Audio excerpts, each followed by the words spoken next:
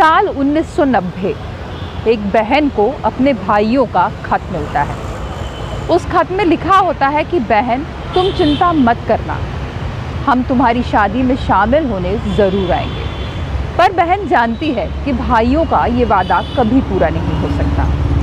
इसलिए नहीं कि उसके भाई धोखेबाज है, बल्कि बहन ये जानती है कि उसके दोनों भाई राम के नाम पर कुर्बान हो चुके हैं।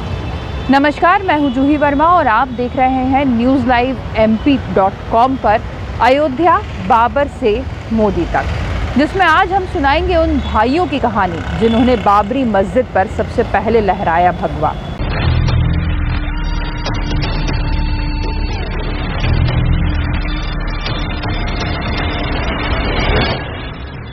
अयोध्या की बात होती है तो सबसे पहले 1992 ही याद आता है, जब उन्मादी कार सेवकों ने पूरी बाबरी मस्जिद ढहा दी। उसके अगले दिन और उसके कई दिनों बाद तक पूरा देश दंगों की आग में सुलग उठा था। इस घटना ने सांप्रदायिकता को नया रंग दिया। देश के कई हिस्से दो मजहबों में बटे हुए थे। उस दौर का कोई भी शख्स शायद ही ताउम्र उस मंजर को भुला सके। 1992 में जो हुआ उसके बाद 1990 की यादें ही धुंधली हो गईं। इसलिए आज याद दिलाना जरूरी है अयोध्या के इतिहास में दर्ज वो साल जिसके पन्नों के शब्द मिटने लगे हैं। सफेदी पर तो पहले ही खून का लाल रंग चढ़ चुका है। अब लाल रंग में डूबे हर्फ भी हल्के पड़ रहे हैं, जिनमें छिपा है एक बहन का इंतजार, एक पिता के कभी न थमने वाले आंसू, एक भाई का अकेलापन। 1990 में वो 2 नवंबर का ही दिन था जब दो भाइयों को पुलिस की गोलियों ने भून दिया। वो दो भाई जो अपने पिता को वादा करके आए थे कि जल्द लौटेंगे। एक बहन को ये उम्मीद बंधा कर आए थे कि जब उसकी डोली उठेगी तब उसमें 2 कंधे उनके भी शामिल होंगे। पर हर वादा टूटा, हर उम्मीद छूटी। बंदूक की एक गोली ने हर दिलासे को भेद दिया। ये 2 भाई थे कोलकाता के कोठारी बंधु। एक का नाम था शरद कोठारी और दूसरे का नाम था राम कुमार कोठारी। यही थे वो 2 भाई जिन्होंने पहली बार बाबरी मस्जिद को भगवा रंग से रंगा। उस साल पुलिस को चकमा देकर बाबरी मस्जिद के गुंबद पर भगवा लहराने वाले 2 शख्स। अरसे से चले आ रहे अयोध्या राम मंदिर बाबरी मस्जिद विवाद में बड़ा आंदोलन 1990 में हुआ था। 30 अक्टूबर 1990 को बाबरी मस्जिद के गुंबद पर कोठारी बंधुओं ने भगवा झंडा फहराया। इन दोनों भाइयों ने पहली बार बाबरी मस्जिद पर भगवा झंडा लहराकर कार सेवकों के बीच सनसनी फैला दी। पुलिस प्रशासन को चुनौती देते हुए दोनों भाई बाबरी मस्जिद की गुंबद पर चढ़ गए और भगवा झंडा लहराकर आराम से नीचे उतर गए। कोलकाता के कोठारी भाइयों का बाबरी मस्जिद पर भगवा लहराने की घटना काफी चर्चित है। कोलकाता के बड़ा बाजार के रहने वाले राम कुमार कोठारी और शरद कोठारी सगे भाई थे।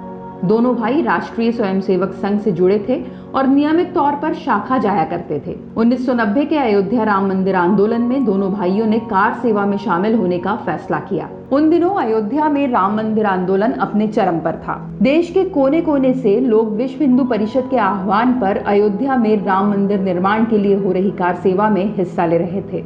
राम और शरद भी इन कार सेवकों में से एक थे जो कार सेवा में शामिल होना चाहते थे। पिता से अनुमति मांगी लेकिन मिली नहीं।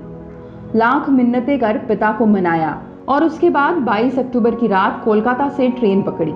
राम कोठारी और शरद कोठारी की अयोध्या पहुंचने और बाबरी मस्जिद पर भगवा लहराने की पूरी कहानी वरिष्ठ पत्रकार और लेखक हेमंत शर्मा ने अपनी किताब अयोध्या के चश्मदीद में लिखी है। हेमंत शर्मा ने लिखा है कि अयोध्या जाने से लोगों को रोकने के लिए पुलिस प्रशासन ने ट्रेन और बस सेवाएं रोक दी। फूलपुर आकर राम और शरद कोठारी रुक गए।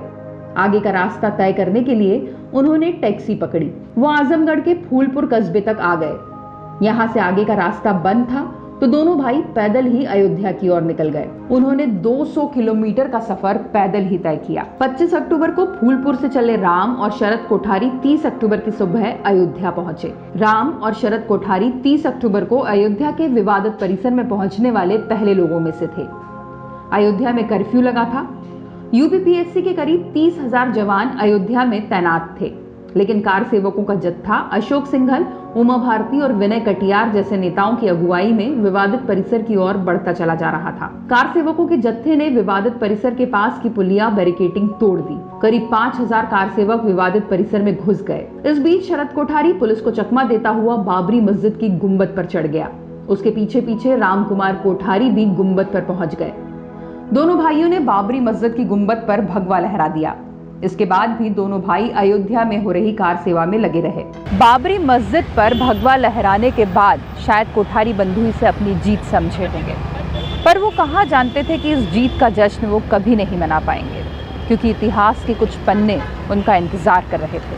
30 अक्टूबर को भगवा लहराने के बाद दोनों भाई फिर तैयार थे दूसरे मिशन के लिए।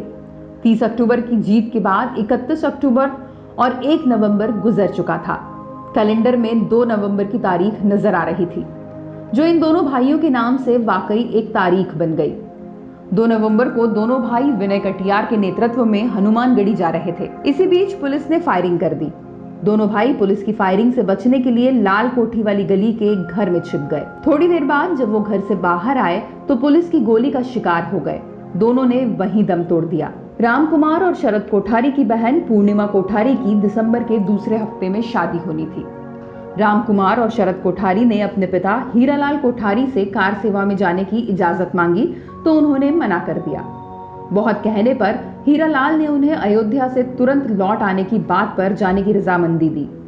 हीरालाल ने अपने दोनों बेटों को अपना हालचाल पोस्टकार्ड के जरिए लिखते रहने को कहा। दोनों भाई अपनी बहन को खत लिखा करते थे। दोनों की मौत की खबर जब कोलकाता पहुंची तो पूरे परिवार में सन्नाटा पसर गया। पुलिस ने दोनों के शव परिवार को सौंपने से मना कर दिया। हीरालाल में इतनी भी हिम्मत नहीं बची थी कि वो अपने बेटों का शव देख पाए। रामकुमार और शरद के बड़े भाई ने सरयू के घाट पर 4 नवंबर को दोनों भाइयों का अंतिम संस्कार किया। अंतिम संस्कार में लोगों का हुजूम उमड़ पड़ा, पर असल ठेस तो अभी लगनी थी।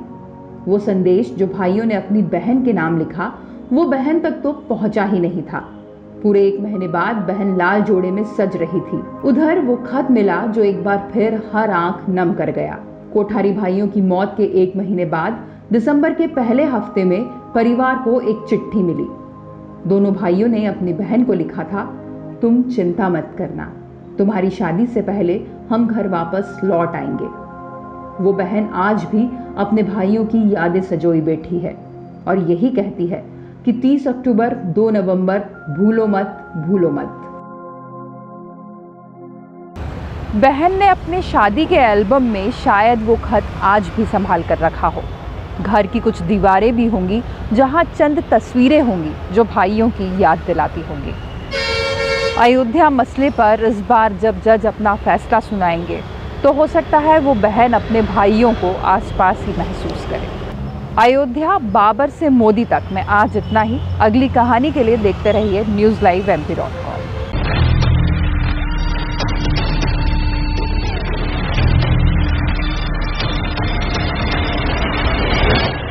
ताज़ा खबरों के लिए log in, subscribe, like, share करें www.newslivemp.com।